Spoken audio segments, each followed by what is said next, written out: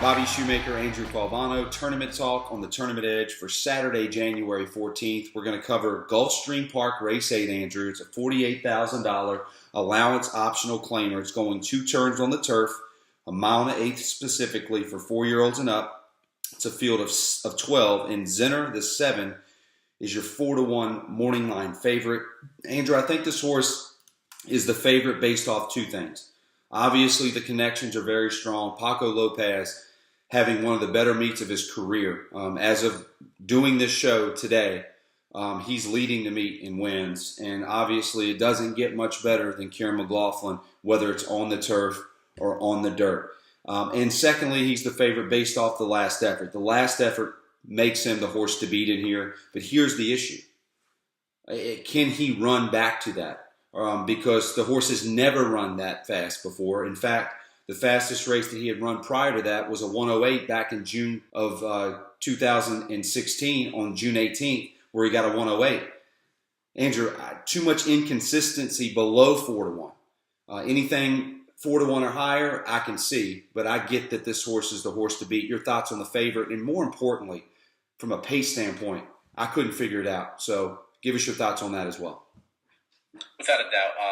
Zenner, I could see why is the favorite, and then the points you mentioned as well, Bob. Definitely the last time effort. I mean, loses by the game of inches as we call it. I mean, strictly did lose by that amount. Right. So anything back to that, I think warrants this one being the favorite. And this one has good races in the past as well, facing tough horses such as Performance Bonus, Security Risk, Takeover Target. Just a few to name here.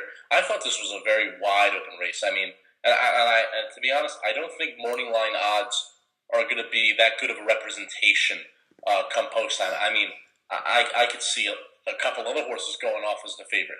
I could see a lot of overlays, a lot of horses who are double-digit morning line odds coming down to half their price. Right.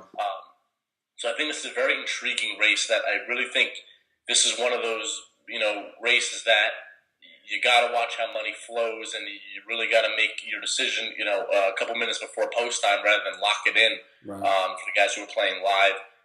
So that's my opinion there.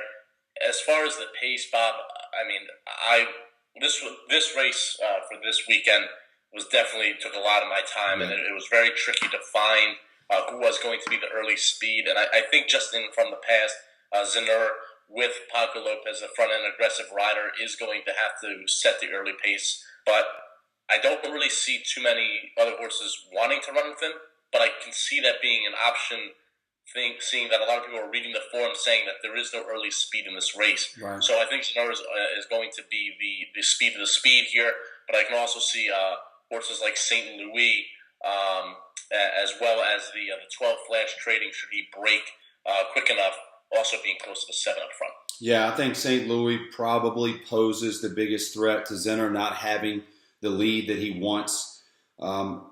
As we record this segment, Andrew, and you actually hit the nail on the head in regards to how I'm going to play this race. I don't do this very often on the show, and I may have never done this, but I'm really not going to give a top selection here because I think the race should be bet based off of return on investment. And I think that this race has a strong likelihood of being a tournament separator where it falls apart in something from off the pace that hasn't been running as fast as what you've seen in the past performances, wins the race and pays $26 for first and whatever for second. I think this race has the potential of doing that. But a horse that I am going to mention to you that I think does provide quite a bit of value in the morning line is Nessie at 8-1. First off the claim for Ian Wilkes. Corey Lannery, who's having a very solid meet as well. He's cooled off a little bit as of late. He started off January extremely hot, and he's one of the better closing riders we have in our game. This horse has run against some salty competition his last 3 races on the Kentucky circuit in the fall. You know how I feel about the fall racing in Kentucky, especially on the turf. I think it's as good as it gets. The problem you're going to have with a closer is, can he work out the trip? He's either going to get the pace to run into and have a chance, or they're going to walk. Again, I don't know what this pace is going to do, but I do believe Nessie, from a value standpoint, as we do this show at 8-1, certainly provides some value considering the running lines and the consistent running lines that we've seen from this horse in his last 3 races. Yeah, and like you said, Bob, obviously this one's kept a very tough company, and I agree with you 100%. Fall Kentucky racing, whether it's at Kentucky Downs or the Keeneland Fall Meet, just produces some of the best turf horses, and a lot of those horses are the ones that we go on to see in the Breeders' Cup, the next month. This one ran behind Oscar nominated, obviously a very sharp horse back in September at Kentucky Downs, and I think, like you said, Bob, either this one gets the pace or simply doesn't. But this one's alive. I agree with you. I don't think Corey Lanery's in a rush to really, position this one early. I think he can really play this horse from wherever he wants, on the course. So I think that's two in his advantage, and his numbers are very consistent, like you said, Bob. So I'm all in agreement that Nessie could be a player in this race. So go ahead and give us your top selection and why you're going with that particular horse to win a very, very tough race. Yeah, and I mentioned this horse before. That's number 8, St. Louis. That's going to be my top pick here. Bob, I believe you and I both had to pick 4 back from this one's last win on July 1st. This one, if I do recall, was 12-1 morning line and was bet down to 9-2. So I think, that day was very live, and Mike Maker saw fit to claim this one and protect them right away. In struggle with those starter allowance groups, but granted was facing very tough company up at Saratoga there. Then comes down to Aqueduct, drops for a 25 claim, kind of crushes the field, went clear, could have won by more, but Paco had this one under control. I think they were very surprised this one did not get claimed, so they keep up, they move back up for 40, catches a yielding turf course, was just very wide, and it was one of those Rosario rides where it's, you got Rosario there. Right. This one didn't have to be in that spot at all, and just an awkward trip there. But once again, does not get clean. Now Maker seems fit to shift this one down and protect this one. Absolutely. I think this is a lot about where this horse is pointing. And, though the workouts aren't really reflecting it, I think we see this move time and time again with Mike Maker, especially when connecting with Three Diamonds Farms, that this one could be live. Like I mentioned on the pace earlier, I think this one sits a perfect trip. It's going to be close, and it's going to have the ability to make a first run. In a race like this where you don't really know what's going to happen, I like to trust in Castellano, knowing he's not really going to dog my horse, and he's going to have him in the best position fit. So honestly, 6-1 on Top Connections and Mike Maker and Three Diamonds Farm, with the addition of Javier Castellano, the best in the game.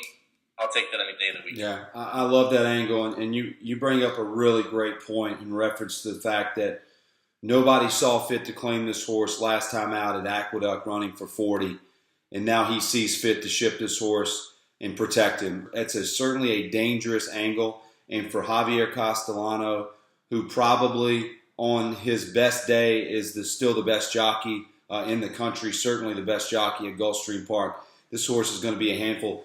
The problem is, and again, it's hard to look this far in the future with such a difficult race. Do you think you get 6-1 simply based on the fact that Javier Castellano climbs aboard this animal? And that's the thing, I mentioned that earlier. This is a race where I don't think the morning line odds can really reflect, what's going to happen in this race. St. Louis might go off and be the 4-1 favorite. Honestly, 4-1 and above, I'm okay with this horse. 3-1 and below, I got to look elsewhere. I think 4-1's okay value on this spot here. But 4, 5, 6-1, I think that's where we're going to land. But like I mentioned, I think you're going to see a lot of odds fluctuate here. And you're definitely going to see some inconsistencies, so that's why you have to really play this race a couple minutes to post time. Where would your cutoff be for Zinner? Because that's going to help me out as well here in your opinion, because I do think he is in the long list of horses that I'm going to consider with under 5 minutes to post based on value. Yeah, and if I'm convinced, which I kind of already am, but if I'm convinced that this is the lone speed and I can get Paco Lopez to take him wire to wire, I think 4-1's great value. I think your cutoff point would be 5-2. I think, you can sneak away with 7-2, but a 5-2, 3-1, you really got to see, what seems fit. I think 4-1 is tremendous value in any race, in my opinion, a race like this, to wire the field, one of the best front-end riding jockeys in the country. Yeah, I can understand that. So give us your top pick one more time, Andrew. So that's number 8, St. Louis with Javier Castellano. And for me, Andrew, didn't mean to cut you off. For me, this race was so difficult that I'm just going to bet it based on ROI. But as I mentioned to Andrew earlier, I do think Nessie at 8-1, considering the class that this horse has been running against and the running lines, certainly needs to be a horse that not only myself but everyone else should consider. So that's going to do it for Gulfstream Park Race 8 on Saturday, January 14th. That's Andrew Calvano. I'm Bobby Shoemaker. Good luck. Good luck, guys.